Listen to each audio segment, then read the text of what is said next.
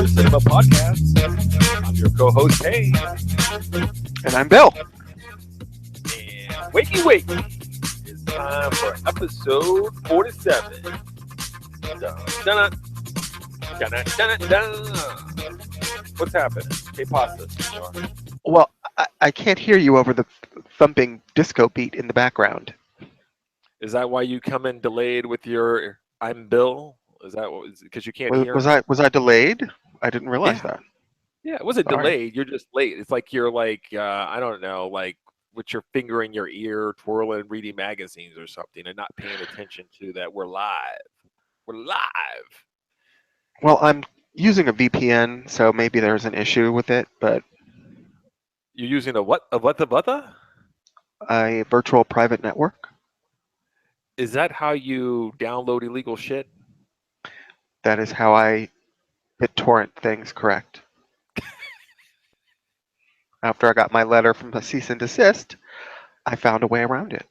What are my obligations, by the way, if you go to jail for like 2 years? Am I supposed to visit you, like, or can you, like, say, like, I'll write you every 2 months or something? I mean, No, I think you're probably going to have to do a little bit better than that, but really? You we can wouldn't want to discuss sit it there off and the say air. something like, I don't want you to see me like this in prison? Really? Really?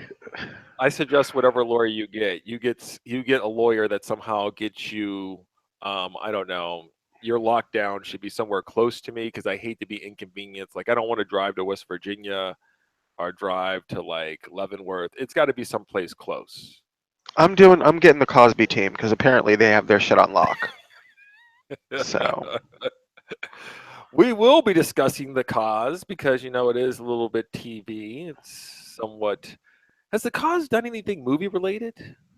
What's the last since movie that? when? Wow, it's been a long time.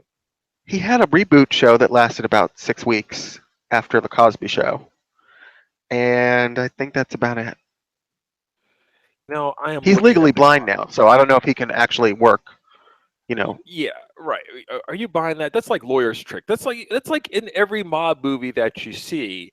When the guys are about to go to the pokey, they roll in wheelchairs and canes and oxygen tanks because they're trying to look infirm. Like you're not going to send me to prison. I'm close to the end of my life anyway. What more can I do? I'm blind. You're buying that? I don't buy it. I'm sorry. don't they have to take them to like an independent doctor, and that doctor has to verify that before they can actually come out and say that? Bill, I can find you lots of doctors to say you have lots of conditions if that's all it takes for you. Okay. You ever see the Okay. doctor on The Simpsons? Well, I haven't seen The Simpsons since like '97, but Or- okay. listen, yeah, you can find any doctor to be a whore. I mean, that's what it's. Come on. I hope we don't Anybody have can any. say. Hope we don't have doctors listening to the show. Well, I'm saying there's a lot of good doctors out there, but there's a lot of bad doctors. It's just like lawyers. There's a lot of good ones. And there's a lot of bad ones. You know what, Bill? I can get you off of your murder charge for $200. Are And just you thinking that there's some lawyer out there who's willing to bet his law degree to save Bill Cosby from going to jail? what I'm saying is that I don't think he goes in there. I imagine it goes like this. We need you to check out Bill Cosby's eyes because we think he's blind. And the doctor goes like this. Well, I've done my tests and I think he's okay. Well, thanks, doc. I'm going to go next door. And by the way, I need you to determine he's blind. And then one doctor's like this. Oh, you know what? His eyes are a little bit off. He's right at the edge where he's legally blind. Thank you, doctor. And here's your check. There you go. Done and done. Okay. It's almost like somehow you're born like you're like some sort of newborn. You're like naive to how the world really operates. Have you not I been watching what mean, Trump's been doing? Is that what Trump's been doing? He's been sitting down with Comey over dinner going like this. Hey, listen, Comey, I need your loyalty. And Comey's like, you will have my honesty. He's like, yes, I need your honest loyalty. Wink, wink, wink. wow. Come on. Okay. All right. This is the Well, world we're living in. This is what we're living in, Bill.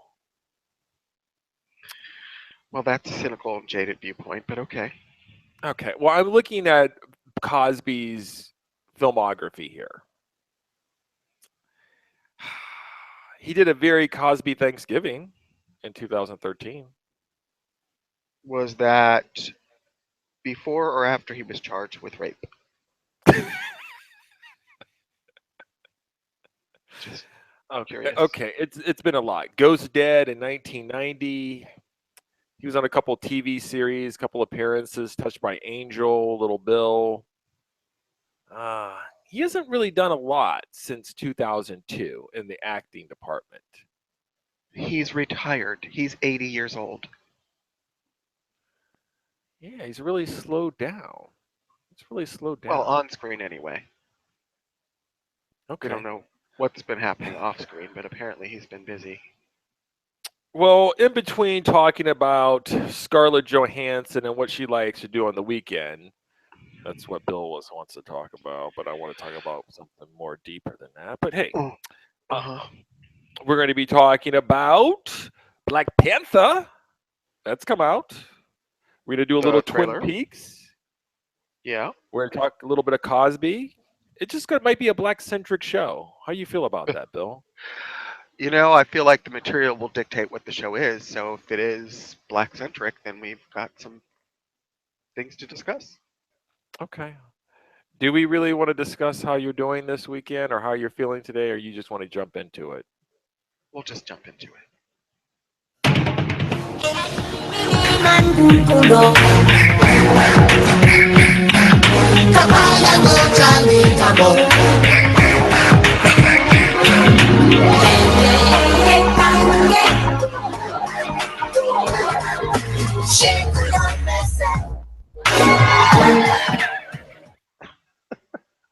You can tell Is me. that the Does it official theme song for the movie too? I wonder. step They're into the chanting a spotlight? lot in the background. I can't really understand what they're saying. Obviously, it That's must be called some kind of that's your African. roots right there. That's your roots. Okay. Well, as we all know, the Black Panther trailer has dropped. It was put like in front of I think it was the NBA Finals, Right. and It was Monday, I I don't know think. what when was it? Monday, I think. Okay. Well, at least about 89 million people, or there's been 89 million views of the trailer so far. 19 million of that came on the NBA Finals. And it stars our boy Chadwick Boseman. He's going to be T'Challa, the king of a fictional African nation of Wakanda, defending his people from internal and external threats. Bill, directed by Ryan Coogler, set to drop on February 16th of 2018. Oh my Um, goodness. It's one of the most watched Marvel trailers. Are you not Here's the pumped? thing. There's no correlation between, apparently, I've been reading about this a little bit. There's no correlation between views and box office. Like, for example, I think Fantastic Four had like a tremendous amount of views of the trailer. And then obviously we know what happened to that. So I don't know if it's really indicative of people going out to see the movie. That being Sure. said, You could pick out one movie that got a lot of views and didn't do well, but you could pick out several more who got a shit ton of views and did very well. I Okay. don't think There's always, I having a mean, you're lot going of to go views with the law hurts of the movie. averages. Sure. There's always going to be a failure. It's not a Um, perfect formula. as far as the trailer goes, it's these Marvel trailers never do it for me, and this one doesn't really break that mold. Um, I've watched the trailer several times and tried to get excited about it, but it's just not really happening for me with the trailer. It's okay, just like all the other Marvel trailers, it just doesn't wow me. But that's not to say the movie's not going to be good or that I don't think the movie will be good. I just think they need to cut better trailers. I'd like to give a shout out to Nadia. As you know, Bill, she sent the email over to the PCP hotline indicating that we're one of her top three favorite shows. Well, of course we Um, are. We're a talented duo. I appreciate Nadia and all her comments and actually being a true listener. It actually makes me deeply happy. And she put in her last notes that she did see the Black Panther trailer and she is very excited about it. And the song we were just playing was from the animated Black Panther movie and TV show. TV show. Can you I'm guess what sorry, network it was on? BET. Is there any other? Um, Anyway, so my point is she's excited about it, and contrary to what you're saying, I know you're putting your comments and that you consistently do not like Marvel trailers, but I found this. I watched it again this morning. I watched it a few more times. You know, most of the Marvel shit in and of itself is lighthearted fare. But what I do appreciate is that it seems that this trailer is a little bit different than most of the Marvel trailers. Most of the Marvel trailers always end with some sort of comedic routine, somebody doing a Michigan J Frog, you know, little jig. And what I got was not that. In fact, I got some sort of like, I don't know, some sort of flexing, a little bit of dirty looks. They're playing that song, Step Into the Spotlight. Woo! Step into the spotlight. you Woo! know what And then would be really different to play on a Marvel trailer featuring an all black cast would be a hip hop sounding track. That would be really different and unexpected. right. Yes. So you're punishing them for playing hip hop? It's one of the most popular music choices that are out there right now. It's not like somehow it's some sort of obscure thing here. I mean, hip hop's played everywhere. It In front of the feels a Super little, Bowl, what do I want to say? ethnic. It feels like they're appealing to the urban demographic with that choice. What are you talking about? Kids of all backgrounds and cultures listen to hip hop. It's not some sort of niche type of product here. What do you Well, think that's Jay funny. Z and I'm just Beyonce and saying, Kanye? Do you think Kanye and Jay Z are only being listened, and that there's somehow $100 million multimillionaires and Drake just because the 15% of the blacks are listening to their shit? Come on. I'm just expressing my feelings about it. I know. And I'm giving my you an feeling explanation. is that it is somewhat pandering a little bit. I don't recall any other Marvel movies out of the 13 movies that they've been out using hip hop soundtracks in their trailers. I mean, we've got the Guardians of the Galaxy using like classic 70s rock. I think Thor Ragnarok is using maybe an 80s song. I can't remember what song that is. But it just seems a little pointed for them to play that particular type of music in a all black movie trailer. I'm Hmm. not a fan of that. I gotcha. It's always see. This is what happens when you get the ethnic movies. You get people judging every little thing in the music choices that it's somehow pandering. I mean, is there any point in time when you have a all black sort of like 95% black cast movie? At any point in time, can you play any music from you know Etta Fitzgerald or anything like that, or will it always be considered pandering? I don't know. I mean, if you I do an just all white know cast movie, let's just say you take a Iron Man movie and everybody in the cast is white and they play a song from AC/DC. Do you sit that there that's and go, they did that. do you sit there and go, well, I just don't know. It's just kind of typical to play rock and roll music. I mean, it just seems kind of like they're pandering to the crowd. Why didn't, you know, would it be different that they Um, should have played Eminem? I don't know. I'm just saying, as an aspect of the trailer that stuck out to me, that was one that I did not particularly appreciate. This is the problem I have. Your statement, this is what it shows to me. Marvel in and of itself seems to be a factory of which I've made this complaint many of time here of just some sort of it's just a step up for me from Pirates of the Caribbean at times. Um, Transformers, Fast and the Furious. It's really devoid of any type of originality at times. Sans the Russo brothers. Um, and, You need a napkin over there? I think you're spilling some. and you have Ryan Coogler coming in, and he's adding a little different flair to it. And this is what I want. I need them if they're going to be hiring these new directors, young and some sort of talents. They come in and they shake it up a little bit. Okay, I don't need old man Steven Spielberg coming here cutting the same film. I need somebody different, and he's bringing me something different, which is what Marvel needs. I don't need the trailer in a joke, which it didn't. There was minimum dialogue in it, and it showed some cool ass action. Did you not see what is it, Michonne? The what is it? What's it called? The Dora Michonne? Dora Milaje? Yeah, you seem to pronounce it. Are you? Is your background from Nigeria? You're into it. No, I've seen the Civil War movie that they're used in a little bit, so I'm Okay. familiar with the concept.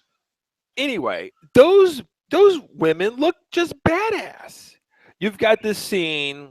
What's his name? Andy Serkis sitting in there going like it's the lost city of El Dorado. They're kind of setting it up with Martin Freeman, and you've got Chadwick Boseman kind of looking at Michonne outside of his eye like, who the fuck is this shit? And then all of a sudden you got the other guys, maybe the other contenders to the throne showing up. I don't know about you, Bill. I watched it again this morning, and it's giving me a little. When you put it back to back with like the Thor Ragnarok trailer, I'm sorry. It seems like one's playing in the kiddie pool and then one's playing in the pool with Michael Phelps. It's night and day for me. I mean, you I'm got sure that's not an You accident. you got Jeff Goldblum up there looking like some sort of like broke ass Ronald McDonald cracking jokes and whatever her name from it just looks like it's just I'm sure it'll be fun, I can tell but you my which black one I'm looking forward to more. which one? Hmm. I'm gonna go with the fun one, and you Come can go on. with the humdrum one Uh, in uh, the back. is there how about we go like this because you're awfully negative and I'm usually the one that's negative. So this is like role reversal for today. It's Freaky Sunday. Okay. Is there anything that intrigued you or you made you excited about the Black Panther trailer, teaser trailer? um, hmm. I'm curious as to why the supposedly technologically advanced Wakandan people still dress like they're carrying water from the river hole in baskets and wearing sarongs. Maybe that's the culture. Okay. You know something? You're being. I feel you're being a little bit critical. You're entitled to be critical, but I feel as though you're being a little bit critical. You're You judging the know what? smallest aspects of the movie, going something doesn't fit. But with all the other things that happen in all the rest of the Marvel movies, which are completely ridiculous and crazy, you give it a brush off. But you're kind of eyeing the Black Panther trailer a little hard, going, "How come they're wearing baskets?" I don't know. It's Wakanda.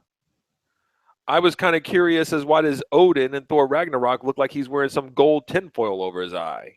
I mean, I They felt like can't they should they have a. can't they can't use one of their supercomputers to order some clothes from Amazon. Okay, I see you're what you're right. I'm trying to being a do little is harsh. you're trying to apply American culture over to Wakanda. They do not have to dress like they came out of the Gap over here. This is the way they dress. Okay. I don't. All right. You're right. I'm being a little negative, so I'm going to try to curtail some of that because I don't like being negative in general. Um, I'm just gonna say I'm underwhelmed with what I've seen about from the trailer. There was some cool action scenes in it. It looks like Black Panther is certainly going to be able to scratch a lot of people's eyes out with his claws. Um, he did Wow. a lot of flipping, and so he can flip. We know he can flip, and jumping, he can jump. So, Bill, what I think this movie is going to have is it seems that not only are you dealing with T'Challa, but you're actually going to have other people amongst him, like his guard, also that are look like they're also capable fighters, as well as his sister that's in the movie. It seems as though you're going to not only you're getting not one superhero, but you're also getting a crew of badasses also in this movie. Before you're just dealing with Iron Man, and that's it. You know, you got Pepper Potts sitting there writing contracts. But now you're going to have T'Challa. You're going to have his, what is it, Dora Majoni? Dora Milaje. Whatever. Okay, let's call them Lost Doras. Whatever. You're going to have them, and the it seems How like about his sister or whoever that character was that looked like she had those uh Panther Panther fist gloves things on. on? Yeah, those look like Power Ranger gloves. You know, like she just came out of what was that show with Lion-O as the lead guy? Thundercats. Thundercats, ho! I would pay money if somebody would do like a meme with that with like Thundercats ho over it. You I'm know just what? being nitpicky. You know, the only thing that seemed out of place for me, only thing that seemed out of place was Michael B. Jordan with the dreadlocks on his You head. didn't like his sassy dreadlocks over to flipped over to the side. Yeah, His well, dreads were actually, I don't fried, dyed, have and laid to the side. a problem. I don't have a problem with it. It just seemed as though he seems young to be Chadwick Boseman's rival. You know, it's like my nephew challenging me for my throne. I just don't know if I'm really feeling threatened by that. But whatever. People got to step up to get beat down. That's fine. But I mean, it's amazing though. You've got a Marvel movie coming out, which is essentially a predominantly black cast. I mean, they even dusted off Angela Bassett to get in there. She looks good. You know, I heard that they were having difficulty finding actors to fill other black centric productions in Hollywood because all the black actors are in that movie. That's so sad, huh? You can just do one movie and it just shuts down the whole industry for blacks, huh? There's no Yeah, that's it, huh? They're all over there in yeah, Atlanta filming the movie. We're yeah. stuck. There's 32 black actors in Black Panther. Bill, I'm looking at this here. I pulled this up earlier of the Marvel movies, if you will. I know you like to consider the cinematic universe, including the Hulk. I'm not really a fan of including that, You even though can't it is dis. it's Listen, I linked. have a box set of Phase One and Phase Two. In Phase One, it comes in a case that looks like Nick Cage's case that he carries in the Avengers movie, first one. They have cardboard sleeves with all the Blu-rays in them. The Incredible Hulk is in that set. It's in the MCU. Okay, I really don't feel like it's part of the Disney world because I think once Disney gets a hold of it, it sets the tone of how shit's supposed to be. And this was Okay. pre-Disney. That's So was the Iron Man, but okay. what's that? Iron Man was before Disney too. Yeah, but Kevin Feige was a part of that. And Kevin Feige was a part of the Incredible Hulk too. I don't know what you're trying to apply, how you're trying to exclude it, but your criteria is faulty. Okay, well, fine. Well, You can fine. ignore it if you want. I mean, that's fine, but it's part of the MCU. It's part of the story MCU. Right. Anyway, so what does Black Panther need to be successful? The Incredible Hulk, if we go with that standard, which I don't believe we should be, pulled in $134 million domestically. Now, the next movie after that with the lowest take looks like it's Captain America: The First Avenger at $176 million domestically. So, what does Black Panther need to do? I would think it would need to make well if Captain America is the least money making that did get a sequel, then I would suggest Black Panther make at least that amount of money because if it makes Hulk money, we know that's the only one that didn't get a sequel. Well, we're not finished with the Hulk yet. The Hulk still might get another movie here with Mark Ruffalo. Well, I predict you're right, but Okay. it will be a long time. Okay. All And right. they've So, had to rehabilitate that character twice already. So, all right. So you're thinking $176 million domestically for Black Panther. Then that we would say that's what you got to at least get here. right. Do you think it can do that? I do. I think it's going to fly more on, obviously, just like Ant-Man, the Marvel brand, than the Black Panther character. But whatever, however asses get into the seats, I'm sure Kevin Feige doesn't really care. Um, It's funny you mentioned that Ant-Man made 180 million, so it just got over the threshold of the Captain America: The First Avenger. right. But it's also getting a sequel. So, um, literally the only one that didn't is Hulk. And maybe more than the box office played into it, but I'm sure that had quite a lot to do with it. The Um, opening week for Captain America: The First Avenger made 65 million. Thor made 65 million. Ant-Man made 57 million on its opening weekend, and Thor: The Dark World 85 million. and how did the Incredible Hulk do on opening weekend? 55 million. It's the lowest opening. Right. So if we just go with opening weekend, it's got to make at least 65. Yes. Yeah. I mean, that's. I don't know. I'm very curious. I personally believe the trailer. I guess it depends on who you talk to, where you're at. I think if you're part of the Marvel world and you're interested, I don't know how you do not go see the movie because I feel like the brand keeps getting stronger. It keeps building and building. And so the Black Panther movie is another link in the chain to getting you to Avengers Infinity War. So, I mean, it's kind of like I you think it's have, the last Marvel movie directly before Infinity War, also. So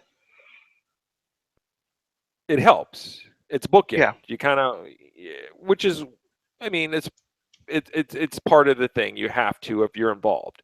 Now, if you're sitting there going just a casual moviegoer, I don't think the trailer did anything to move you out. But I don't know. I don't know. I've seen to like the movie, so I mean the trailer, so I'm positive. Doesn't mean I'm going to end up liking the movie. I really do like these Marvel movies, but it gets me in the pointing in the right direction. What did you think um, of the Black Panther poster? I know there was some sort of controversy about it because the poster came out with Chadwick Boseman without the mask on, sitting in sort of like a throne chair, and there were some haters out there were saying like this seemed like a take off the co-founder of the original Black Panthers back in like 1966 with Huey Newton sitting in the chair. Did you notice and a that? spear. Did you He had a care? spear in Did the you? other hand. Yes. Somebody on Twitter pointed it out. I would never have known it if it hadn't been on my Twitter feed. Um, but yeah, there's visual similarities, and I'm sure it wasn't an accident. Um, I like the poster actually. I I don't understand all the hate for the poster that people gave it. Um, people were saying, you should have the Black Panther hood on, but you're not going to have the lead actor. They always do this. They even take Captain America's hood off when they put him in the poster, and they usually take Robert Downey Jr.'s Iron Man helmet off too on the poster because you're not going to have the lead actor basically covered up. I mean, I understand it in the first poster that comes out. There should be alternate posters, I'm sure, that will have the Black Panther mask on. Um, and there's really no way you can have him like in an action pose without that mask. So that the way they framed it in the chair and everything like that worked, I think, for a teaser poster, which is what it's supposed to be. So I liked it. I thought it was a cool poster. I would have never got the shout back to that if that if that was sort Right. of purposeful or not. I feel like it's kind of like people are making big deals out of nothing else. I don't know. Well, it's So politicizing something, but the movie, it seems, is going to be somewhat political. what's You odd for also have to me consider. in this day and Go ahead. age, I looked at it like it was a Game of Thrones shout back, but the Black Panther picture seems more appropriate for a Black Panther movie. But in my mind, in my privileged world, I was looking at it like it was a Game of Thrones thing. How funny is that? Right. Well, I mean, that's an old photograph, and Black Panthers aren't really. I don't know how relevant they are in our society today. I don't, really hear a lot of discussion about them, but um, I like the poster better than I like the trailer. So, I look forward to seeing some more cool posters from them, and I hope that the future trailers excite me a little bit more.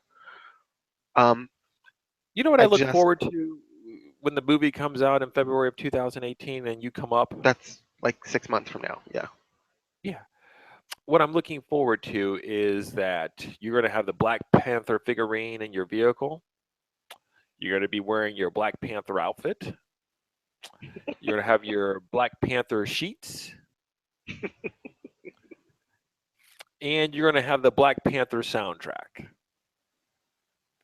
And I hope The it's Black all Panther hip art hop. of book. Okay. Yeah. And I expect you to play the whole soundtrack. The whole soundtrack. Because this is going to be great to see you dancing to hip hop in the car. Step into the spotlight. Step into the spotlight. So you're telling me, Mister, why can't we just have everybody just be actors, and why does their race or color or any of that matter? You want a soundtrack filled with nothing but hip hop or rap songs. Is that really No, what no, you no. want? Listen, I'm a lover of music of all types, as we know. The question is, it's Ryan Coogler, and if Ryan Coogler goes, I mean, Did this is he the have a lot of trailer. rap and hip hop songs in Creed? Yes, he did. Okay. Yeah, it's a good soundtrack. Even my woman listens to Creed sound. She's got about 3 or 4 songs. She sits there and jams too. So, so I imagine if he has any influence and wants to do something similar, that there might be some more hip hop songs that might be in there. I think you probably should cut it down because it might not completely fit with Wakanda. I'm just saying, I don't know about you, but the staunch and serious and all business like approach that they seem to be going with the characterization of Black Panther or T'Challa, I'm not sure he seems like the kind of guy that would really be rolling around with some hip hop music playing in his life. I I don't know, but I don't know if it really fits. What is he listening to? Classic? You I think he's don't listening to know. classic Easy Beethoven? listening, whatever. I don't know. I'm just saying. Sunday morning, I'm easy like Sunday morning. I'm cool with it. It's T'Challa. It's T'Challa. He's the king. Yeah. Listen, if I the think movie you're gonna comes like out the and movie. wows me, no one wants to be wowed by this or any other movie I ever go waste my life to see than me. I want to like this movie. I hope I do like this movie. I hope it gives me something that I felt was lacking of the character in Civil War. Oh, I see I you want throughout them to Civil show War. me why T'Challa is worthy of his own movie. If they can do that, I'm on board. That's all I ask. They've managed to Okay. do it 13 other times. I see no reason to believe that they won't pull it off again. Okay. I find that you're easy to please, and they will meet that challenge that you've issued to Ryan Coogler. I hope so. All right, all right, all right. Well, let's move on here. Even though I do love playing this thing, this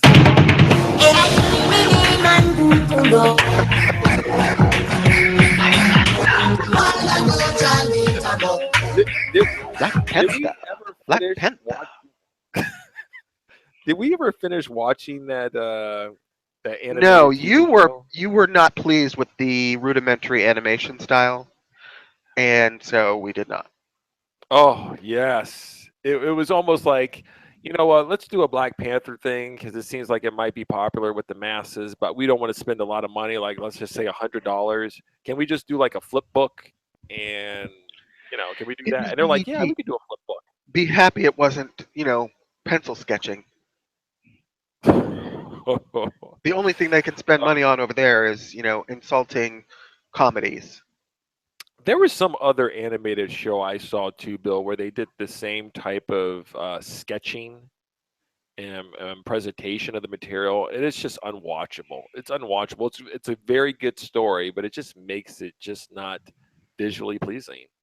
Oh, I mean, I wasn't really particularly pleased with the show, honestly. It was kind of boring. was it boring? Was it I the thought it first was. scene where I believe it was Black Panther was like having a fight with Captain America, who had landed in Wakanda and was running through the fields, and the Black Panther actually defeated a young Captain America. Right. But it wasn't That's it wasn't the version. It was his father, right? Or was it him? I'm not sure, but it's kind of cool. That's like straight from a comic book type of thing where you're trying to assess who's a powerful hero. Like in every comic book, I find that you have to have somebody to test the strength of your limits. And for me, this was always enjoyable when you would have like two people and you don't know who could win. And if it was their book, like if it's Wolverine's book, like he beats the person and you're just like, oh my, I can't believe it. Wolverine is so powerful. Or you'd have Black Panther have a run in with Captain America and it would beat him.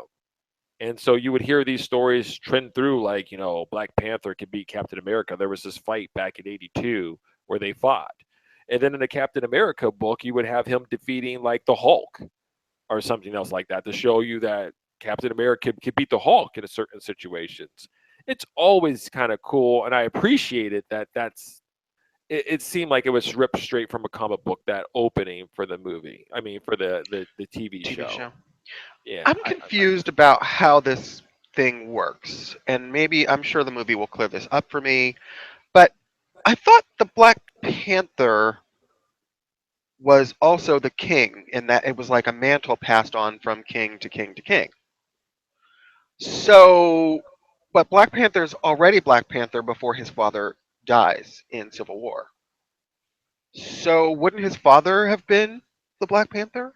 Or did he like age out and he was like training his son to be the next one well, I or think something? when we saw Civil War, his father was shot and killed, right? Or Right, was it but the wasn't bomb that Black blew up? Panther like running around in the costume before his father was shot and killed? Or No, no? Okay. no.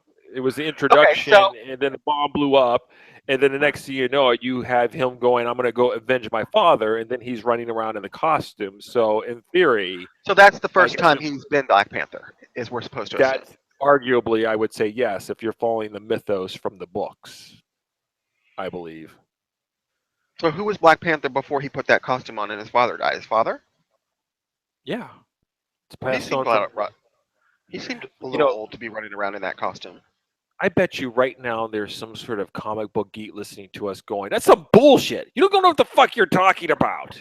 I'm sure. I'm sure there is. And if they would like to write me and help me clarify how this works, I would appreciate it. But You know as what? That's a exactly right. viewer of the cinematic world who's seen all the movies, I don't quite understand. So Okay. Issue a challenge to our friends since we don't have any type of intern support over here. How's your where house? Is are your they? house cool? It is very cool. I'm in the basement, so it's super cool down here. Ugh, I'm up in the studio with the fan on. It's not unbearable, but it can trend toward that possibly. Why don't you Hey, buy an air conditioner for that room so when you're sitting in there, you can be cool? yeah, I'm getting old, Bill. I can't be transporting wall units from room to room. The things Well, are that's why heavy. I'm saying buy another one. Don't move it. Just get Oh, there's nothing additional. more ghetto than having a wall unit sticking out the front of your house. I mean, You know what's more ghetto than having a wall unit sticking out of the front of your house? Is sitting in front of the window, like gasping for air because you can't breathe because it's so fucking hot. That's even more ghetto. I hope when you come Your up head in out the 2 weeks, there's a cold spell, so I don't have to listen to you bitch about the temperature's not low enough for you. window. No, I can just confine myself to 2 rooms that have air. All right, let's move on. What's also been going on lately is Twin Peaks. I hope Hmm. there's some Twin Peaks fans out there because it's on Showtime. You got to pay Hmm. about $11.99, or you can get the free 30-day trial and just binge watch the first 5 episodes. 6 episode I think comes out tonight. Find out whether or not you like the show, and then get rid of the shit. That's what I suggest. Bill, so So, Twin Peaks, you've watched the first. Well, we actually both watched the first and the second season. You rewatched Fire Walk with Me. I did not, but Fire Walk with Me is in my collection. It's one of my favorite movies by David Lynch. And now we have been watching Twin Peaks: The Return. Where are you at on? How many episodes have you watched? Where are you at currently? I've seen 5. We're gonna watch 6 tonight, and 7 premieres on Showtime. I don't think we're gonna watch that. We're just gonna be a week Oh, so you're caught behind. up. You didn't tell me you Well, watched no, episode. we're gonna get caught up tonight. Oh, okay. Um, I'm angry at David Lynch, and I'm angry at Twin Peaks and Showtime, and I'm just generally not a happy camper on this subject at the moment. Oof. Um, I feel betrayed, and I feel tricked, and I feel like this is not what I signed up for, and I don't like it.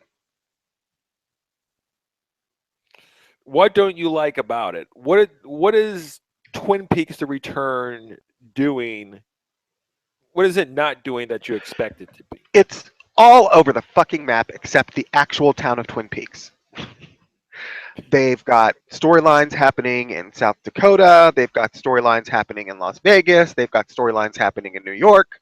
And maybe 10 minutes of each show, they've got a little bit of actual Twin Peaks in there. Just, to remind you that the show is called Twin Peaks for a reason, they put that in there.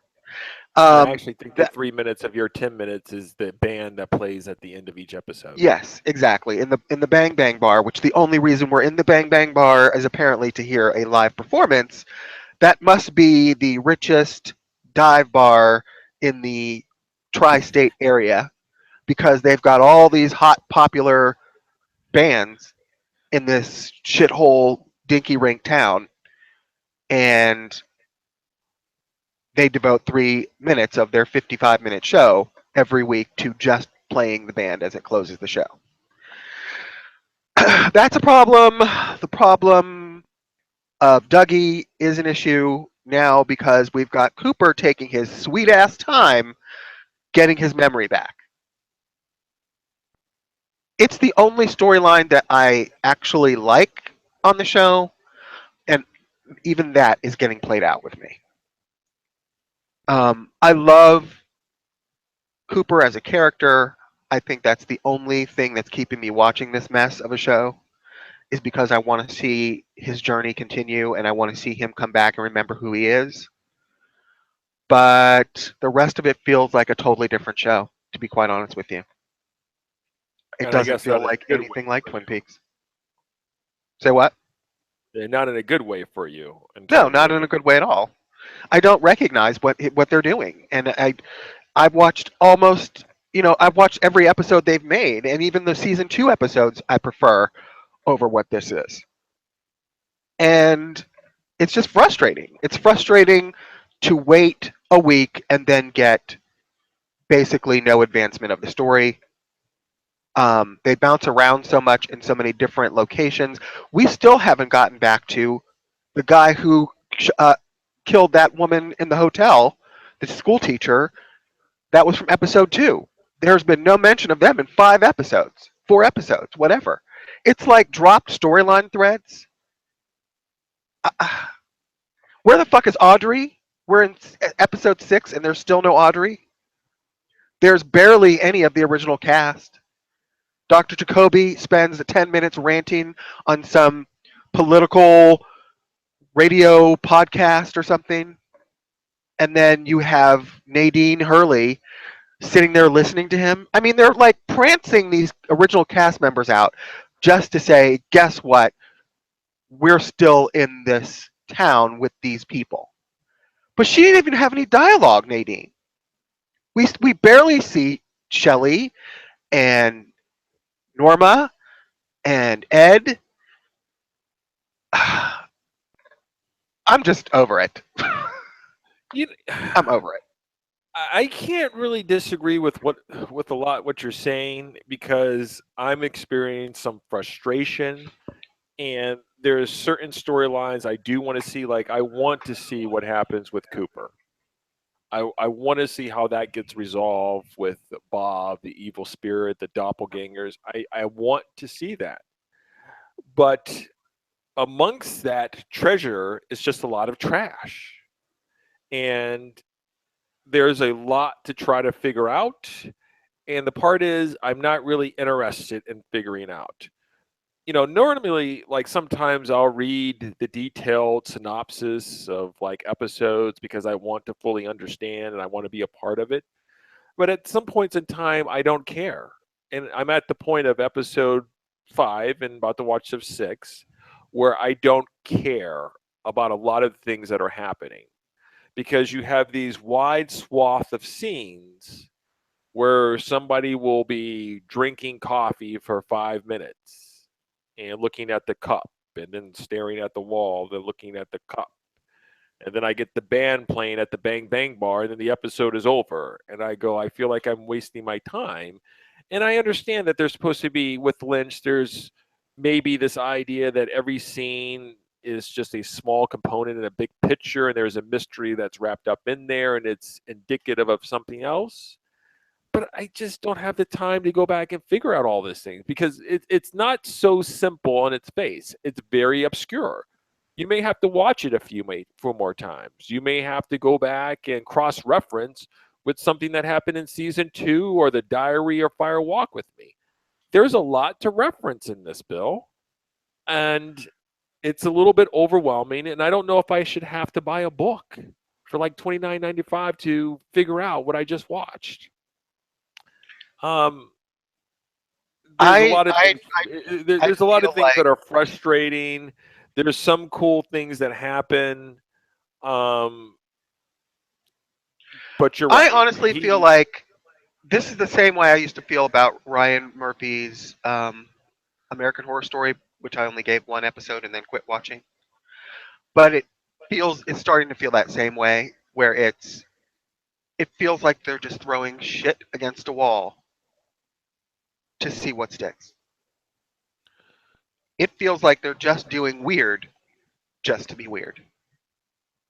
okay. And I don't feel like there's any common thread that is decipherable between 90% of these shows. What the hell is with the You, you, woman you, across the street from Dougie's house who's doing the meth or whatever and the kids and what the fuck is the point of all this? you know what, Bill? It's irritating. I I think we had this discussion before off air, obviously, but it's sort of like that. I feel that I think we talked about it should be the opposite. Like 90% of the show is just weird. And weird in the sense that it's not like I say I don't like weird, but it's almost indecipherable, obscure. I don't know what the fuck is going on. Shit, weird. And then you have like 10% of just actual, maybe sort of dialogue and advancement of the story. When it's sort of like I feel like it should be the opposite, which I felt like Twin Peaks was, where you had more character um, talking and advancing, and you had some weird people, and then something strange would happen, and you're just like, oh, that's kind of strange, and I don't know what the Black Lodge is about. But then the characters would go back to trying to figure out with Harry S. Truman trying to solve what's going on, and let's go investigate some shit. It's almost like the opposite, where it's all weird, and then we have a little bit of normalcy. And I think that's the problem with for me that it should be the opposite. Like you should be interspersing the weirdness, the mystery. That should not be the whole thing because we don't. it's too much. Well, also with it, If you even got a with season space, two, go ahead. there were characters that were entertaining, um, that were engaging, that you ended up caring about to see where their journey went. There's all these Audrey and Cooper and Truman and Lucy and Andy and the Horns, again, two people we've barely seen since the show came back that were major characters. You had all that craziness that was going on with Catherine and Josie, and at least there were characters that had like some kind of identifiable path or storyline that you could like say, well, this seems silly or redundant or whatever, but these characters are cool. I like them, and they're interesting to me. And I mean, again, we barely have seen these characters in the return. It's all about like some FBI business about trying to figure out a man's body that's been cut from the head that's been cut from the body, and what the hell does that have to do with Cooper and the lodges and the doppelganger Cooper who's in jail? And it's just a slug of a show. And there's a way to be weird and still engaging and interesting. It's called Gotham, and they're fucking weird. It's the weirdest shit I've ever seen, but you know what? It's still cohesive, and it still makes some goddamn, in its own mythology, sense. Hmm. I'm not in it for David Lynch's goddamn college experimental film. And if that's what he wanted to give me, he should have called it something other than Twin Peaks. Because I don't know what he's doing, but this is not Twin Peaks that I know. Okay. So where are you at right now with it? Do you think you'll make it all 18 episodes? I probably will, but I'm telling you now, it's already the lowest on my list of shows that we watch. So we watch all of our shows, in a rotation, and Twin Peaks is going to be the very last thing I watch tonight. It'll be the last thing we watch. It'll be the last thing we watch all weekend because Chris has also said, it's getting. I'm getting over this. Yeah. Well, heaven forbid you were a casual TV watcher of the show and tried to watch this. I don't know where you even start with it. It would Well, be a I don't think mess. you I don't think you actually really had to see any of the original show or the movie to understand this, because it doesn't make a goddamn bit of difference. You can't Well, understand it because it's indecipherable. which makes it even worse because then you have no connection to it. I Right. mean, at least I have a connection to Dale Cooper and Bob, and I want to see exactly maybe how that resolves. But I mean, I just rewatched the first two seasons in Twin Peaks, and for these first 5 hours, they've done more weird shit than the first. I don't know how many episodes, 36, 38 episodes of the first two seasons. They've equaled that, if not more, with everything that's happened. From the spaceship to being sucked through the socket to the vomit. I mean, there's been a million things that's happened in this 5 hours. And This is probably exactly what Showtime said, is exactly what they meant, and I should have believed them when they said it, but I was what did holding they out say? hope. This is the pure line, adrenaline, pure heroin version of David Lynch. And they were right. It is. But here's the thing, and this is what really makes me angry. Again, I'm not in it for David Lynch's experimental filmmaking skills, okay? I don't give a shit to be David Lynch's art house fucking moviegoer. I don't care. I used to get into David Lynch movies because they were weird. And then I realized when I went back to watch them that there's really no repeatability factor in them for me, because weird only really works once. And when you see it again, it just becomes, weird all over again. It doesn't work for me. So I actually sold his collection, kicked him out of my director's collection, sold all his DVDs, and um, but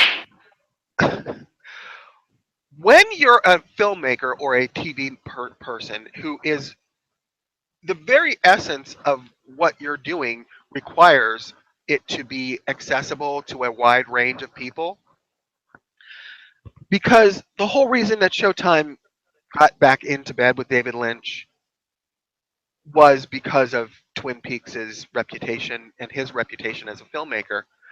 But in the end, it was to increase their subscriber base. So they wanted to be accessible to people of all ages, and I'm sure, socioeconomic backgrounds, what have you. And then you give this man all this money to make basically, I don't even know what category to put this show in. Pure heroin David Lynch. Right. You need them to cut it And with some sort of baby powder. It needs to be mixed yes, with something else. yes, It's too because I mean strong. you're making I just feel like television is not the medium for your art experiments. If you want to make something that is artsy fartsy, then go put your shit on a painting or put it on a DVD and sell it on your website or something. But I just feel like this is just not accessible in television land. And maybe I'm just not smart enough to figure it out. But I'm telling you now, I have no desire to. With Twin Peaks, I was so intrigued by it that I went and read all of the material I could find. I went to libraries and researched on microfiche, mind you, before the internet, newspaper articles, and I was devouring stuff about that show because I was so intrigued by it. And this, it's like a slog to get through. I'm not really looking forward to watching it tonight. I think Okay. there's something wrong when you get, again, I just think these people, and I know that you're a proponent of having the creator being uh, having their original vision brought to life. But this is an example to me of sometimes these people need to be reined the fuck in.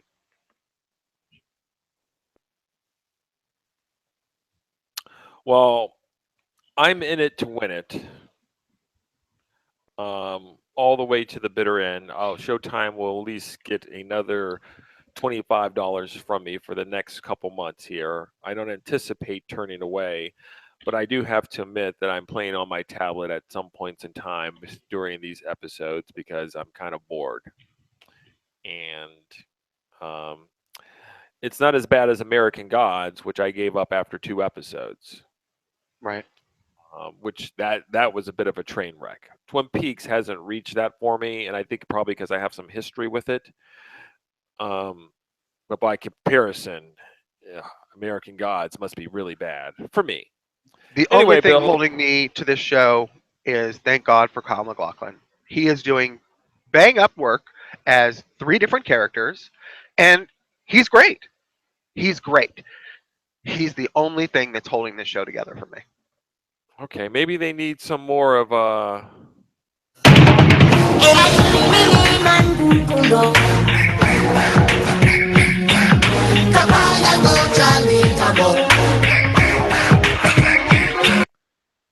I think we should type in the lyrics to that into like Google Translate and find out that they're actually talking about like watermelon and fried chicken. okay. It's probably going to be something more controversial, like kill the white people, kill the Caucasians, kill them all. They're probably like, I can't believe you we made a want fried a chicken and 2 liter watermelon. of grape pop and a 40 ounce. This is why we can't go mainstream. This is exactly why we can't go mainstream because people would be pulling out like Johnson and Johnson and Cheerios. They'd all be like dropping their fundership. We'd be like Bill O'Reilly or something. We're like, we'll have to start somewhere up else, like in North Dakota. North Dakota. Hey, I just call it like I see it. I'm an Well, equal opportunity offender. this Nadia will appreciate this. She'll crash her car on this one. Let me turn the volume.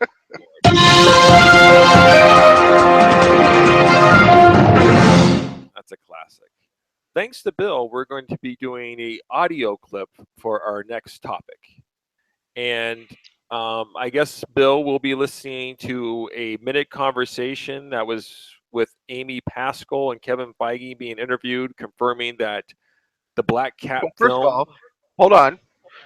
You got to What? give a little history here because no one knows who the fuck Amy Pascal is, and maybe not even Kevin Feige. But if they listen to this show, they should know who Kevin Feige is. But Amy Pascal is the president of Sony, who's co-producing Spider-Man: Homecoming with Marvel. Was she the president when they were getting hacked?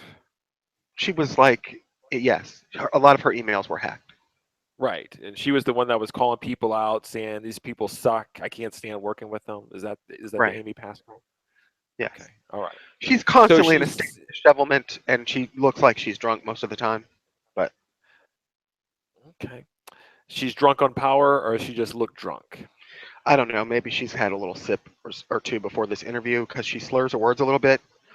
Um, and the interview's Now she's funny confirmed because, that Black Cat and now Venom will be part of the MC universe, well, it's more like Spider-Man is going to be part of their Spideyverse and by than extension, that would mean that they will be part of the MSU since Spider-Man is. right. I mean, they're saying it's all part of the same universe. Basically, they're saying they can use Spider-Man in the Venom and Black Cat and Silver Sable movies, which is the first time that's been confirmed. There had been some hinting earlier that they were going to be separate, complete universes, and that Tom Holland was not going to be involved in the Silver Sable and Black Cat and Venom verse. But it looks like now they're maybe softening that a little bit. And anyway, play the clip. Well, those movies will all take place in the world that we are now creating for Peter Parker. I mean, there'll be adjuncts to it. They may be different locations, but it will still all be in the same world, and they will be connected to each other as well. So there is a chance that Tom Holland as Spider-Man will pop up somewhere over There's a there. chance. There's always a chance. There's always a chance. I think one of the things that Kevin has done with Marvel that was so brilliant, and is by bringing the fans along and making each movie seem like a chapter in a book that you have to read that chapter in order to go forward. And I think the investment that the fans get to feel in being part of a larger story and understanding what's happening, I think is something that I know Sony would want to emulate. This woman doesn't sound like she knows what the fuck she is talking about. Well, Kevin Feige looked at her like she didn't know what the fuck she was talking about too. So you can't see the audio or the video, but She sounds like she just walked into the studio and she's just like, yeah, the MKU, we're all happy to be a part of it, and the Spider guy, it's going to be great for us in Marvel. I mean, that's what she sounds like. She's just throwing out stuff. Universe. Anyway, so the good news I'm supposed to take from this is that Kevin Feige, by being there, the tacit approval is that they're just not going to throw these Silver Sable, Black Canary out there, Venom alone. They're going to have support from other major tier characters. well, at least from Spider-Man, which is really Okay. the only major tier character that, to me, seems not negotiable that you have to have in that universe.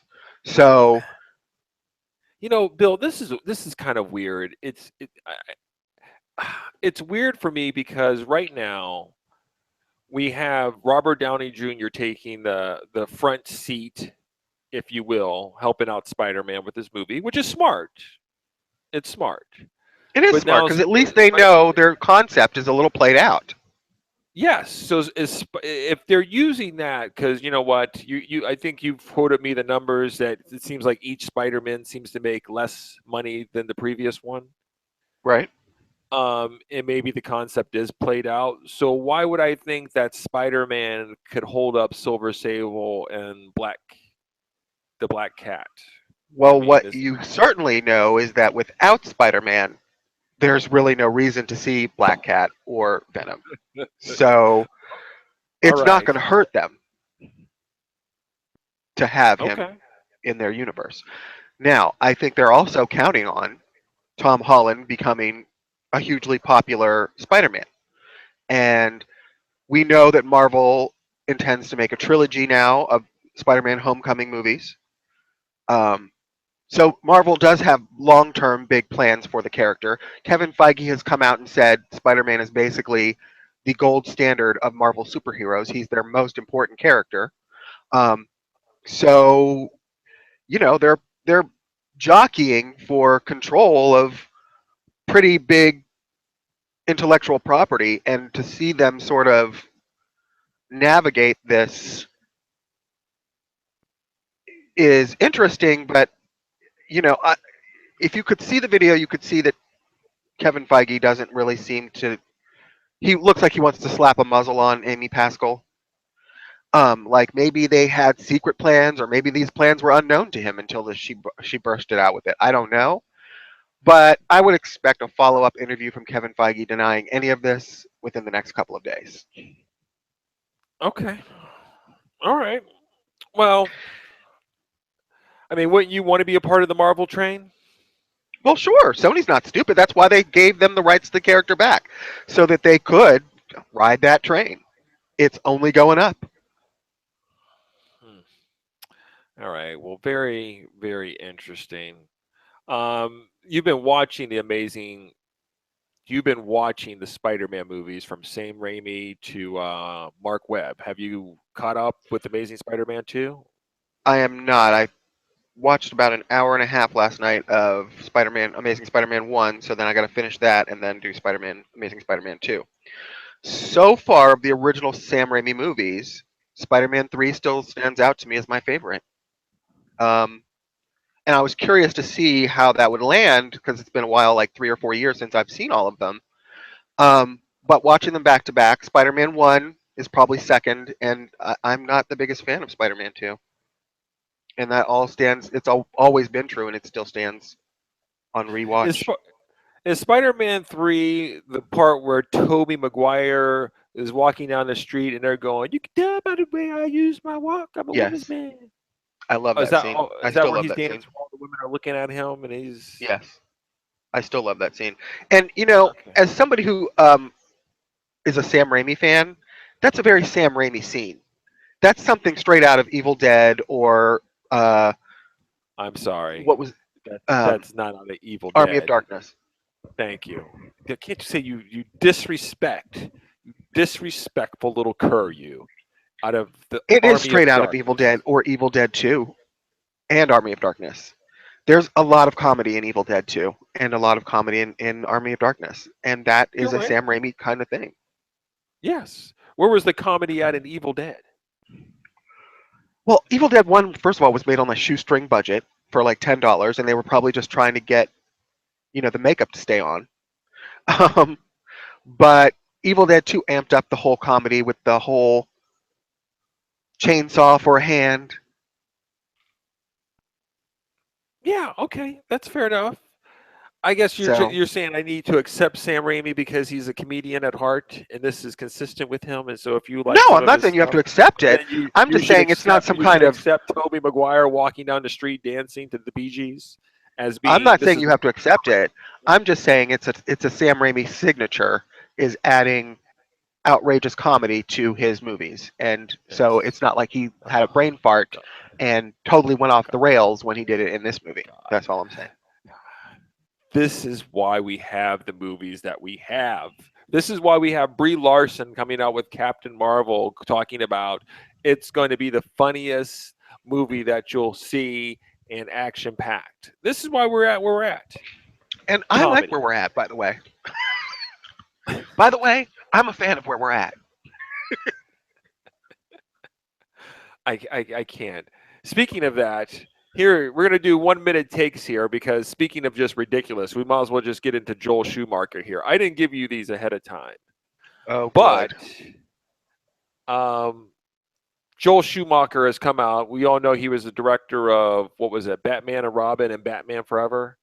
There was a recent interview of him where he was explaining that he was apologizing for putting those silly ass nipples on the Batman and Robin costume. Right. Did you read that? I didn't, because I think I've read this quote from him before. This isn't the first time he's said this. Oh, this is He's just some sort of apologized. regurgitated Yahoo article? I don't know if it's regurgitated. I think he did just get re-interviewed about it, and I think he's bringing it up again, that he's apologizing yet again for it. You know how I feel about these people that apologize for shit after it's done. What's wrong don't with like that it. at times? You don't. It feels like he's on the Ryan Reynolds apology tour. That's what it bothers me about it. Well, this You know, is his. you made the movie. Stand behind your fucking craft. Stand behind the people who worked. There's hundreds of people that worked on that movie.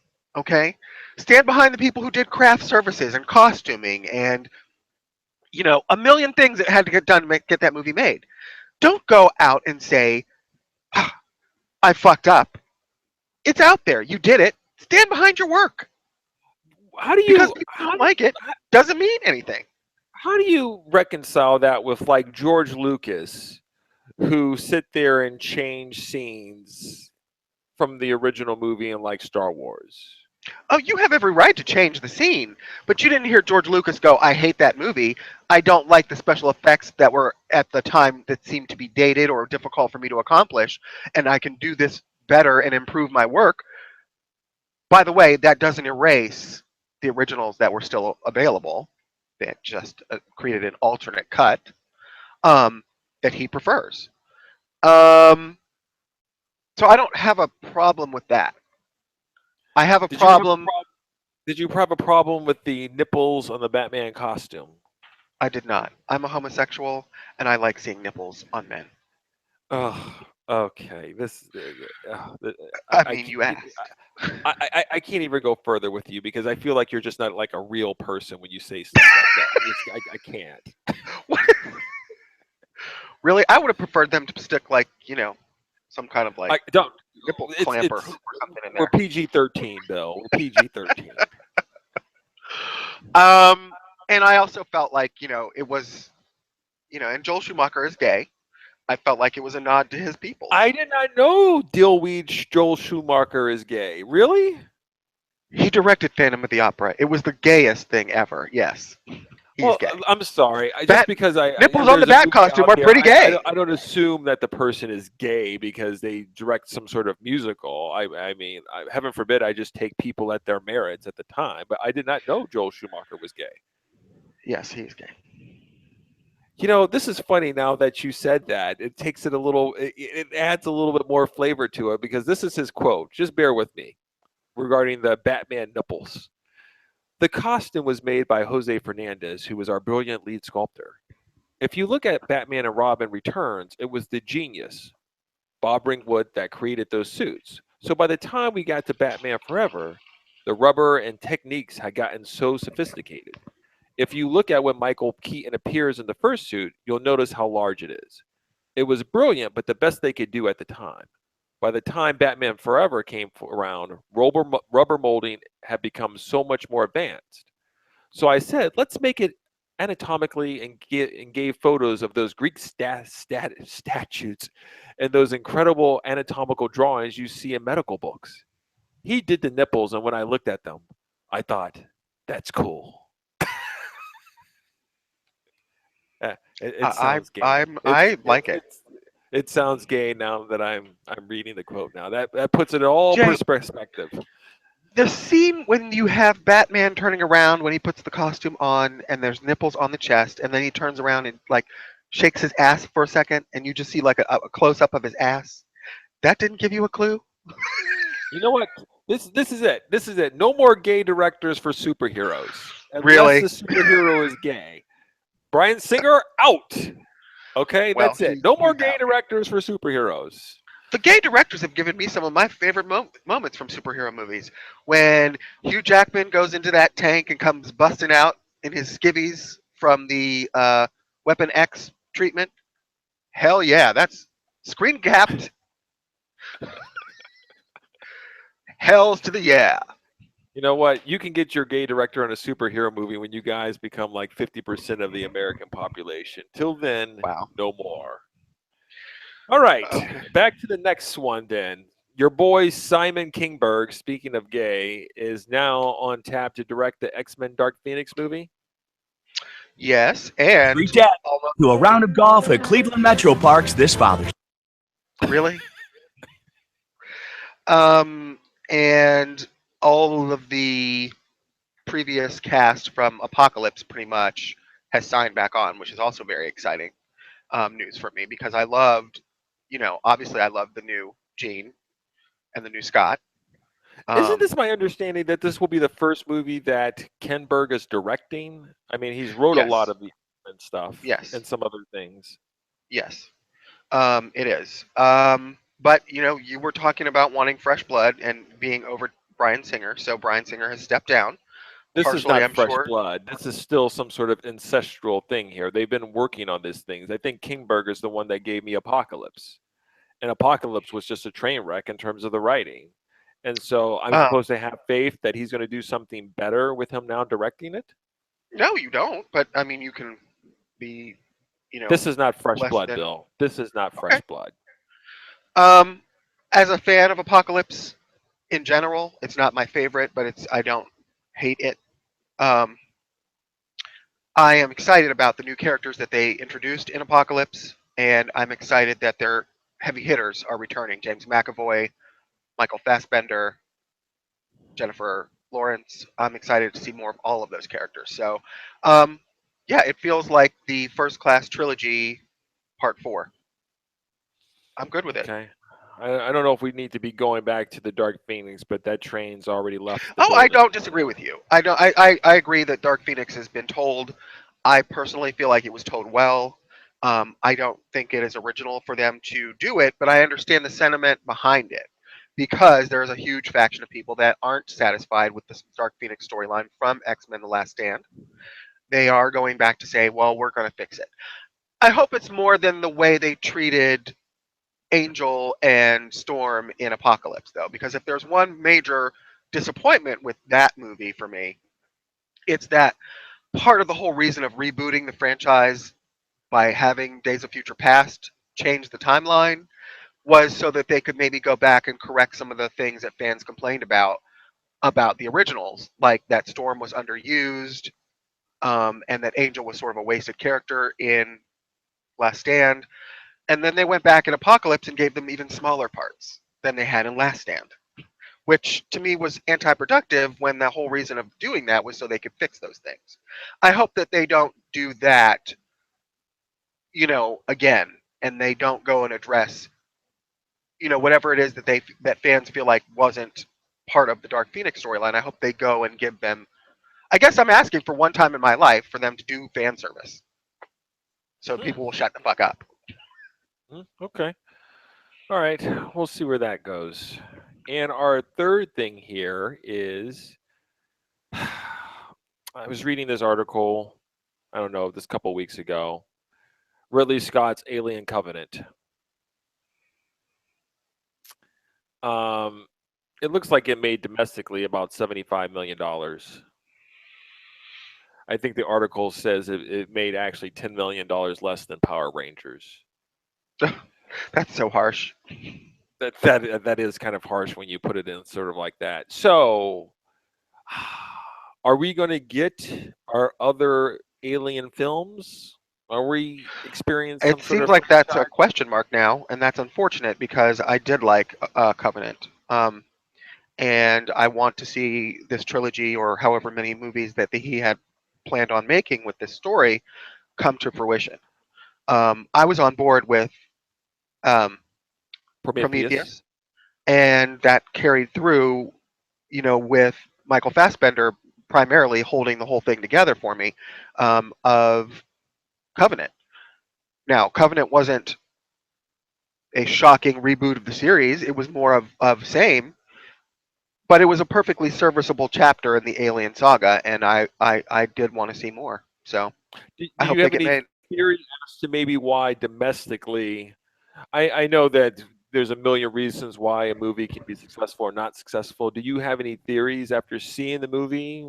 Thoughts on to maybe what might have been missed, maybe in the marketing, the advertisement? Is it franchise fatigue? Or the I don't know. people what? I don't believe in franchise fatigue. Honestly, I think you know how I feel about this. I think you never really can tell what's going to hit with people and what isn't, and sometimes things that you think will don't, and sometimes that you don't see coming do. So I don't know. I don't feel like it stood out as not being part of the Alien saga or being a terrible chapter in the story. I thought it was perfectly fine. Now, perfectly fine obviously didn't get it for a lot of people, but then a lot of other things that aren't perfectly fine do get it for people. So again, I can't figure that out. It's I really I'm kind of I my odd. personal yeah. I haven't seen Alien Covenant, but it seems kind of odd that one of the complaints with Prometheus at the time, which I like parts of it, was that it was trying to expand the mythos a little bit. And that The there wasn't Ashy enough Lord, alien in it. And right? There so was not enough when alien, they gave people what the people said they wanted.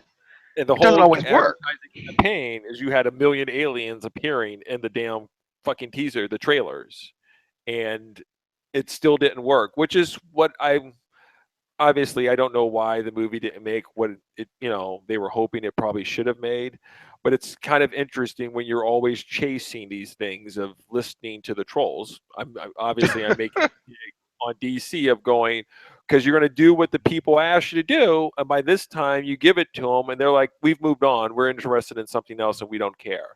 It's tough to chase after things, especially when these movies take years to make. It's tough to chase after it. You don't know where the people will be. I wanted more aliens from Prometheus. Here's your aliens. I'm not really interested now. I just didn't really care where that storyline was going to begin with. Well, you didn't tell me that. Well, you didn't ask. So I'm hoping that we've gotten over this with the success of Wonder Woman, but I hope DC pays attention that this is just not the route to go. I don't believe in this method. I never will. But anyway, that's Alien Covenant. I don't want to see the Alien franchise die, and obviously that's not good for business. Whatever happened to what's his name from District 9? Was it Neil Blomkamp? Wasn't he on task to direct the Alien movie at some point? He was, before Ridley Scott got involved with Covenant. So the master came back home, and they're like, "We don't have any time for you." Right. I mean, that's right. Ironically, they might have done better with they might have done financially better with Neil Blomkamp on board, because it seemed like whatever Ridley Scott would try to give people. I'm a fan of Ridley Scott and his work, and so the fact having him on board is great. But if they don't want to go down with that path, then maybe there might be, that would be something they should revisit. But who knows? I think the best thing would be perhaps they will maybe try to retool some element for the next sequel if they make one, or the worst case scenario would be that we just don't get another sequel. So okay, well, Bill, we're moving along, and let's just wind this up with here, because we might as well end. We started with Black.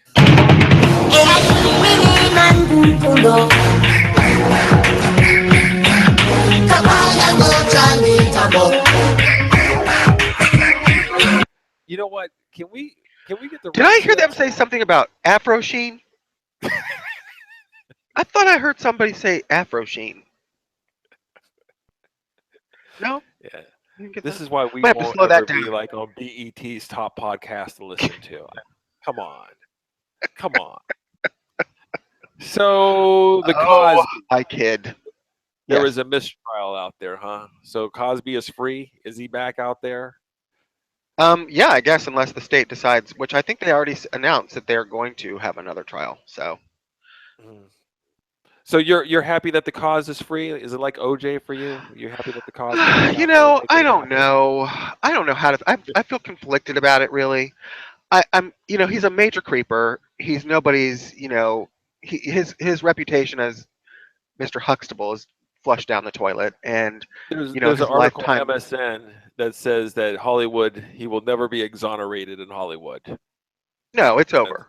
So, I mean, no matter what happens, if he walks, he's going to be persona non grata anyway. So, the court of public opinion has already cast their vote. And I'm not saying that they're not correct. He is not the, wonderful grandpa figure that we always thought he was. Okay, that's clear. I don't know. I'm confused about this. We've talked about this off the air. I don't know if I believe this woman or not. There's some certain things about the case that don't really make sense to me, like the fact that they had 72 phone calls after the supposed incident. I don't know any rapist victim that is going to talk to their raper 72 times after the crime, but these are questions for, I guess, the jury. Well, sure. It looked like they had some problem with the whole thing. He said, she said. I mean, right. What are you gonna do? I think it's sad. I think it's really just it's a really sad, unfortunate thing, and it's just one more nail in people's minds to make them dislike or have reason to dislike black people in general. Oh, So really? Really? I kind This is I kind of come do. on. You Come kind of on. you kind of hold him up. I'm not saying that's an excuse. I'm not saying that's right. I'm just saying that's what will happen. I mean, there are Ken, so few of black people of that generation who, what do I want to say, cross over into mainstream culture. And he was held to perhaps an unfair standard. And obviously he was unable to live up to that. So you're But I saying do think Bill Cosby has ruined it for the rest of us? I'm saying he hasn't He was made the it. last bastion of hope for us. I'm saying he hasn't made anything better. Yeah. I mean, it's So just the what's same way I feel about Obama's gonna it's be the same way I feel about Obama's the gay pride parade, okay? Gay pride parade happened. I'm sure there was a million people downtown yesterday that no one, had a problem with. But on the news, they show people in assless chaps, and leather harnesses instead of just, normal people waving their rainbow flags. Because that's probably what gets viewers in, because people point fingers and say, all gay people are like that. And I don't like that. Isn't that It's what the they same do? mentality. Every Huh? time I watch television, you guys are always in the assless chaps. Isn't that true? Yes, this is what I'm saying. So anytime you have something that high profile, it's going to put a connotation in people's minds. So you're going to have people that think, not necessarily all, but, you know, negatively towards black people in general about this story, just like they think that way about OJ because of the OJ story. You know what I've Because they, decided? I what? I think you're going to be that, like, when we're sitting around the dinner table like 20, 25 years from now, you're going to be like that uncle, that old man that says crazy shit like that. You're going to be one of those crazy people that says all sorts of shit. You're going to be like, "You know what? Your skin looks awfully brown. I don't know. Brown like that? Tell you what, you get your shot. Get your shot around here. And this not in my neighborhood. We're gonna lie on that type of brown in my neighborhood.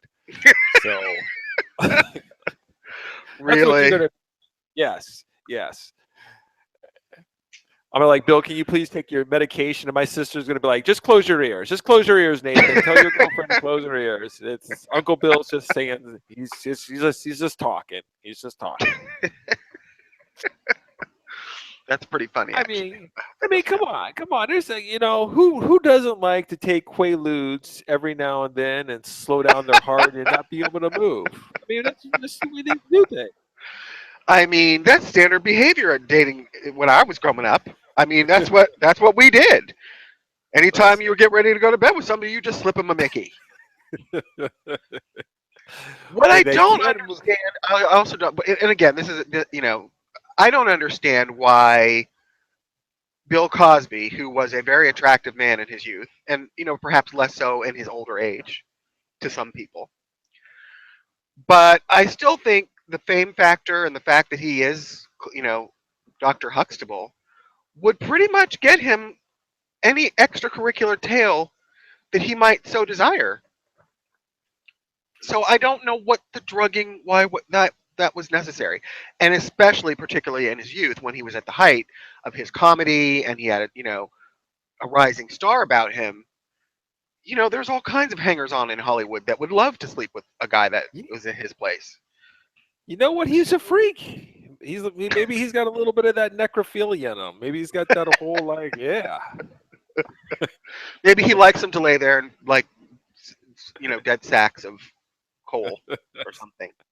That's so Okay, funny. whatever. It's like the opposite for like the men when the men are like this. So what's about your girl? They'd be like this. Oh, she's a dead fish. She doesn't move. She doesn't give me any type of reaction. Everybody's like, that's terrible. And Bill's like this. Really? What's her name? I mean, I kind of like that. I like that. That's a girl. Yeah, I don't know. I mean, he's not a wonderful Maybe- person, but I just you don't know- know if he deserves to go to prison.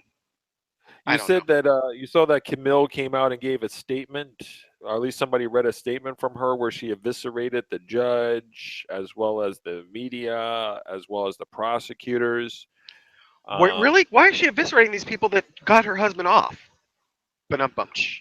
Not yeah. Okay. Well, not her judge. I mean, not her legal, not Bill Cosby's legal crew, about everybody else. But I believe when they do the retrial, it might be in front of the same judge, which is kind of funny to me, that you would do such a thing. But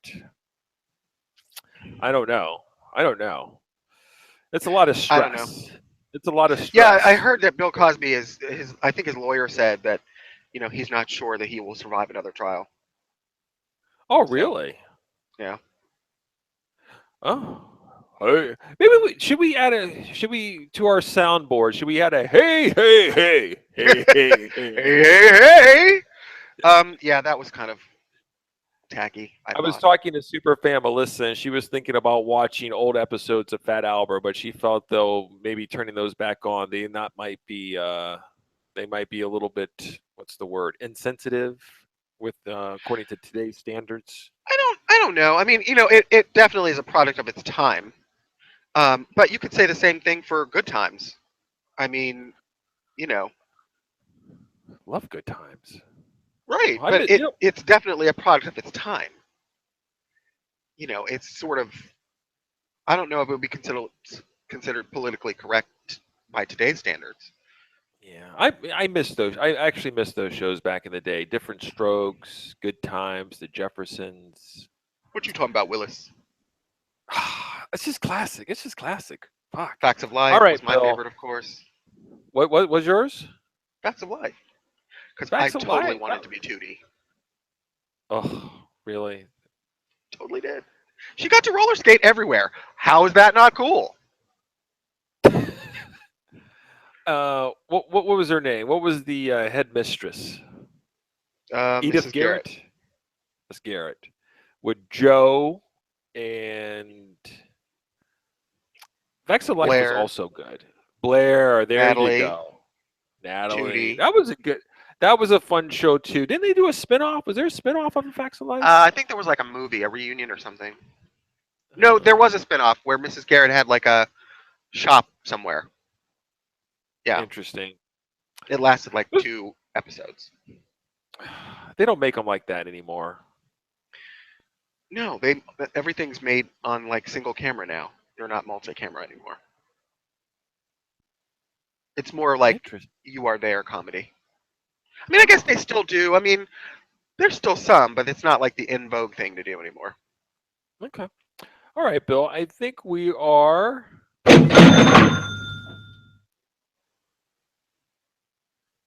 Box office Hello? receipts. Cool. Okay, wait.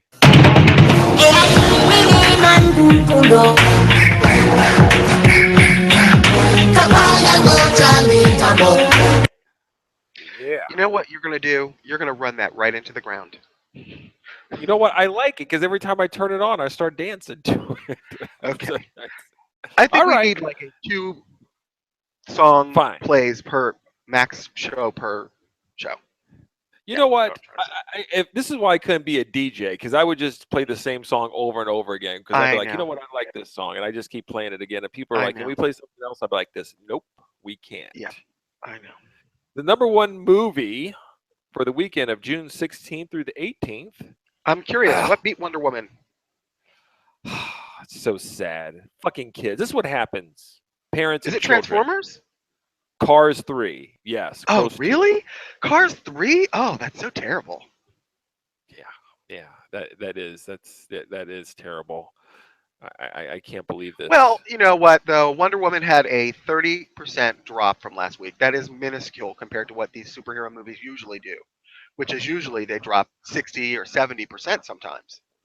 So it has in its trend. third week, yeah, it's been quite successful. I would venture to say more successful than anyone really thought it was going to be. Absolutely. So Cars 3 brought in 53 million. Wonder Woman is finally kicked out of the #1 spot. It is now #2, bringing in another 40 million. I think its total worldwide is up to 571 million, which is a pretty good haul for a movie that everybody was kind of worried about a female lead, which, by the way, I was not. Thank you very much. Well, Number you're a 3 fucking movie. regular Nostradamus, aren't you? Well, listen, I said based it on the trailer, Bill. When the trailer looks like crap, like Ghost in the Shell, Scarlett Johansson beside, I said it's going to make 10 cents. I never said that about Wonder Woman. I said the trailer looks badass. And there you go. Just come to me, and I'll let you know. I'll let you know. I can't wait All right. until your shit starts falling apart with Black Panther. I can't wait to see you unhinged.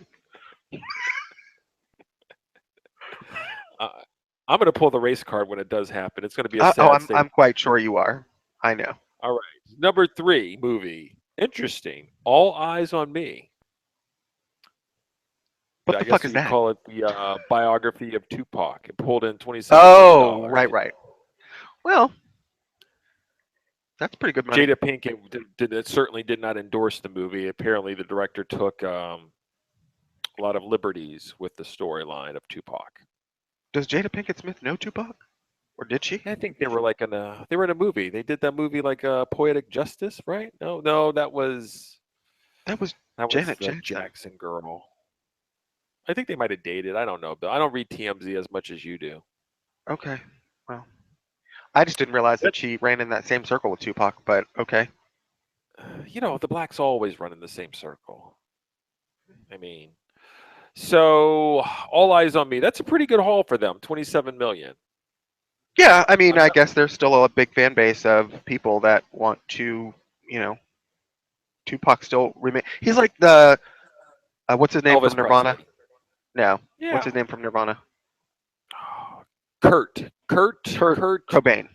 He's like Thank you. the Black Coat Kurt Cobain. People remain fascinated with him well beyond his years. So. Yeah. I'm a Tupac fan, by the way. Are you? I've never really heard Tupac blasting from your car.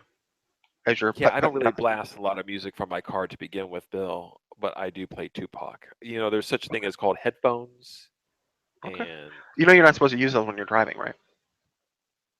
I don't follow the rules, okay? Oh, good. Good to know that you're safely driving on the streets of Cleveland, which, by the way, are massive safety hazards in them of themselves. Just trying to navigate around the potholes that are present every 5 feet. Yeah.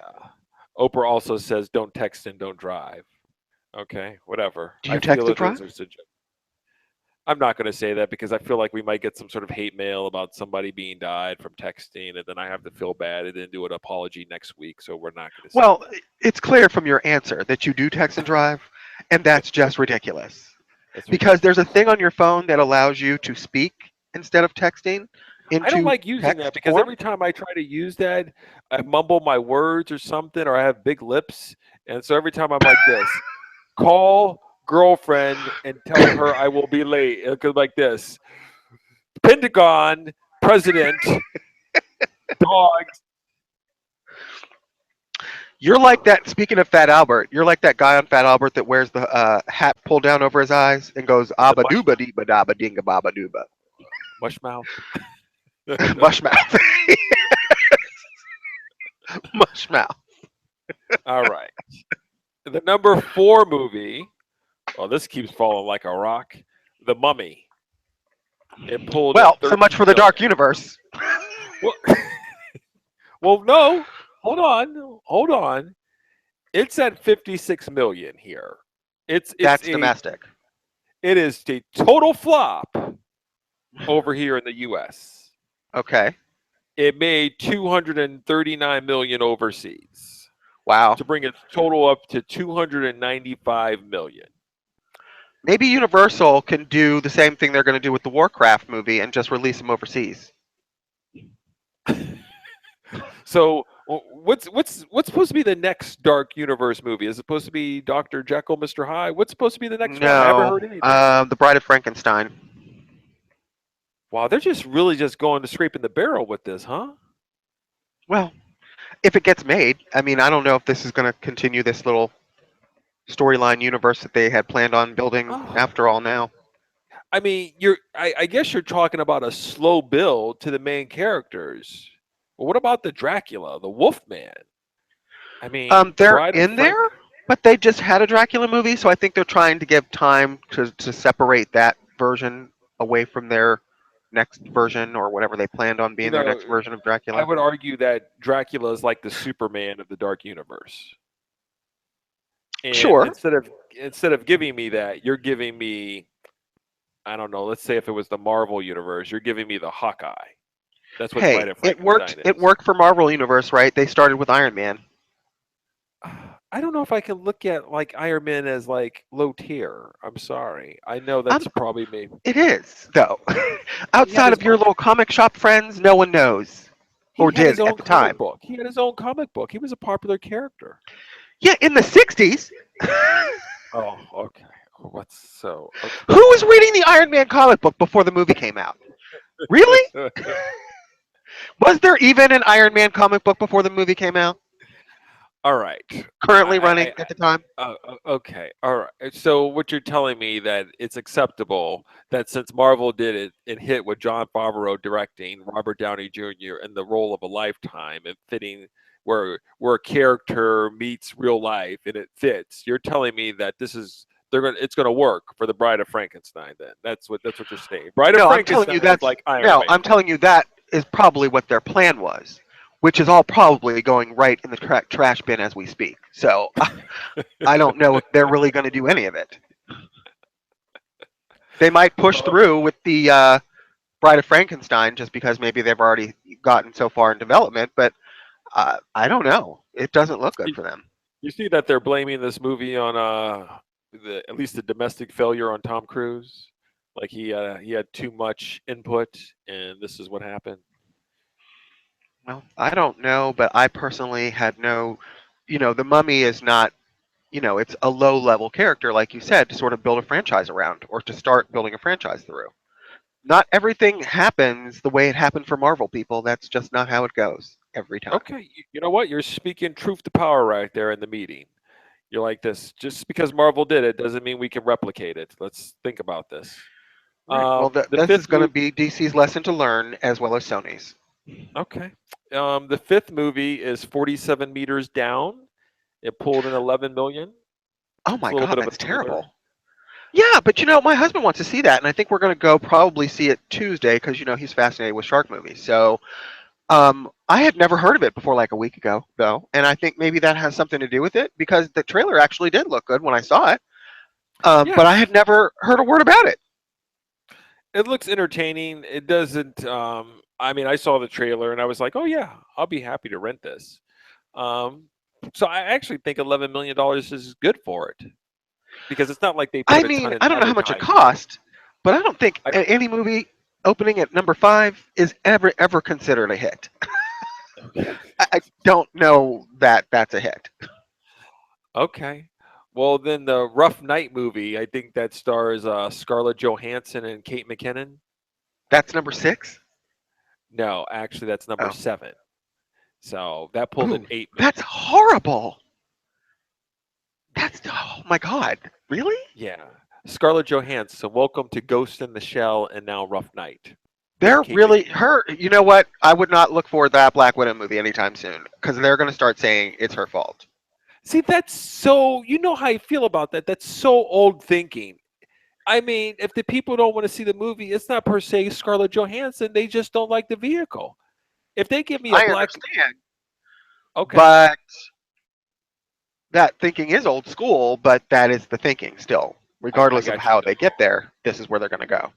So the Ike promoters of the world are still running the shit, and so they're just like, this bitch is radioactive. We're not giving her her own movie. I mean, I would be surprised if Black Widow becomes something that's a thing. Yeah, You know a what the movie. best comment you made was? It's the number 6 movie. I was like, no, Bill, it's number 7. You're like, fuck. That's Anyway, terrible. I mean, it's a comedy. There's no other comedies out this weekend. It's summertime. The kids are out of school. I don't know if it's rated R or what, but I don't know. I hope that girls' night does better and people don't confuse it with this thing. when does Girls Night come out? I think Okay, it it's comes not out soon. okay. The number 6 movie, which we skipped over, by the way, was the franchise that will never die, is Pirates of the Caribbean: Dead Men Tell No Tales. I pulled in another $8 million, so it's How up many to weekends? How many weekends has it been out? 4. Really? You know, I have like totally disregarded that movie so hard. I had forgot it existed. You're not the only one. The only one that really cares about that is Johnny Depp, who's probably buying a new lion tiger tank as we speak right now and buying another house in the hills. I mean, Wow. was it? He's firing it. If he wants to use a cannon to shoot off gold bullion into the sea, he'll do it. Wow. Okay. All right, Bill. That is it. Is that our whole show? That is our whole It's time for show. me I to go think we get in might. the tub with my rubber duckies and my magazines. That is it. I actually have to go over my woman's house for it's her kid's 18th birthday, and there's going to be Today? a dinner. What's that? Is it her birthday today? I think so. Yes.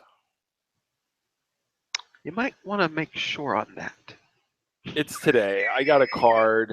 I got to go to the ATM. I'm going to throw in like $60. I would throw in 50, but unless I can make change and get a $10 bill, get some change for that. I like to throw in 50 instead of 60. I mean, I would say 60 is probably a good number. it's of course because it's my money. You want me to spend my money, okay? Well, That's what you I want the people who are in your life to feel like they are important. And you learned that lesson from your sister about the shitty wedding gift you almost gave her. So you don't want to be known as my mom's boyfriend, the guy that gives shitty gifts. Now do you? Really? Is that how it goes? I have to buy my affection? No, but it's a certain level of giving a fuck translates into dollars and cents for people sometimes. And sometimes Didn't you just give a graduation gift like $20? Didn't you just give a graduation gift of $20 to someone? we're not going to discuss that on the air. But I actually gave more than that, and Yeah, it you was didn't give some it sort was of a standard number. You didn't give like 25 or 50. You gave some sort of like off number, like 35 or some shit like that. Some it weird was number. 30. It's a weird number. You know what? It was what it was. But again, this was not somebody who was really involved in my life, so I kind of just did it out of respect for the position rather than the person. Now, I would imagine. Okay, really? No, I Oh no, it's fine. I guess you're done listening to me. No. I kept it low. I didn't want it to Right. not to drown you out. You can keep talking. I'm just It saying. didn't run for 2 minutes. I'm just saying. Sometimes you need to come off a couple bucks. Is what I'm saying. You know what I'm looking forward to is I don't have to buy the Spider-Man movie tickets for Homecoming. That's what Oh, that's nice. Okay, but you will have to buy what's the next Just- one? Thor Ragnarok tickets. Thor Ragnarok. Yeah, That's not until November, so you've got plenty of time to save up. gotta save up the dough for that. Are we gonna be taking everybody to see the Star Wars movie in December? We'll discuss that. Okay. I'm thinking for maybe our 50th podcast, we may bring some people in studio. I don't know if I want to put Carlos in the studio. He's a Putin He's a type wild card. character. Yeah, he'll try to run the show a little bit. You can't control him. He's like a wild card. Right. But we can Maybe we discuss could him. call him. Maybe we could do a group call with him. And then shut him off after a couple minutes or something. Well, just give everybody their time, but Interesting. All right, I'll kick that around. All right, Bill, it was a pleasure having you call in and be awake for the show. thanks. I guess we'll see you guys in 2 weeks. You can reach us at popularcinemapodcast@gmail.com and at popcinemacast on Twitter. I've been your co-host, Payne. I'm Bill. Was that better? Yeah, that was great. We'll see you in 2 weeks. Bye.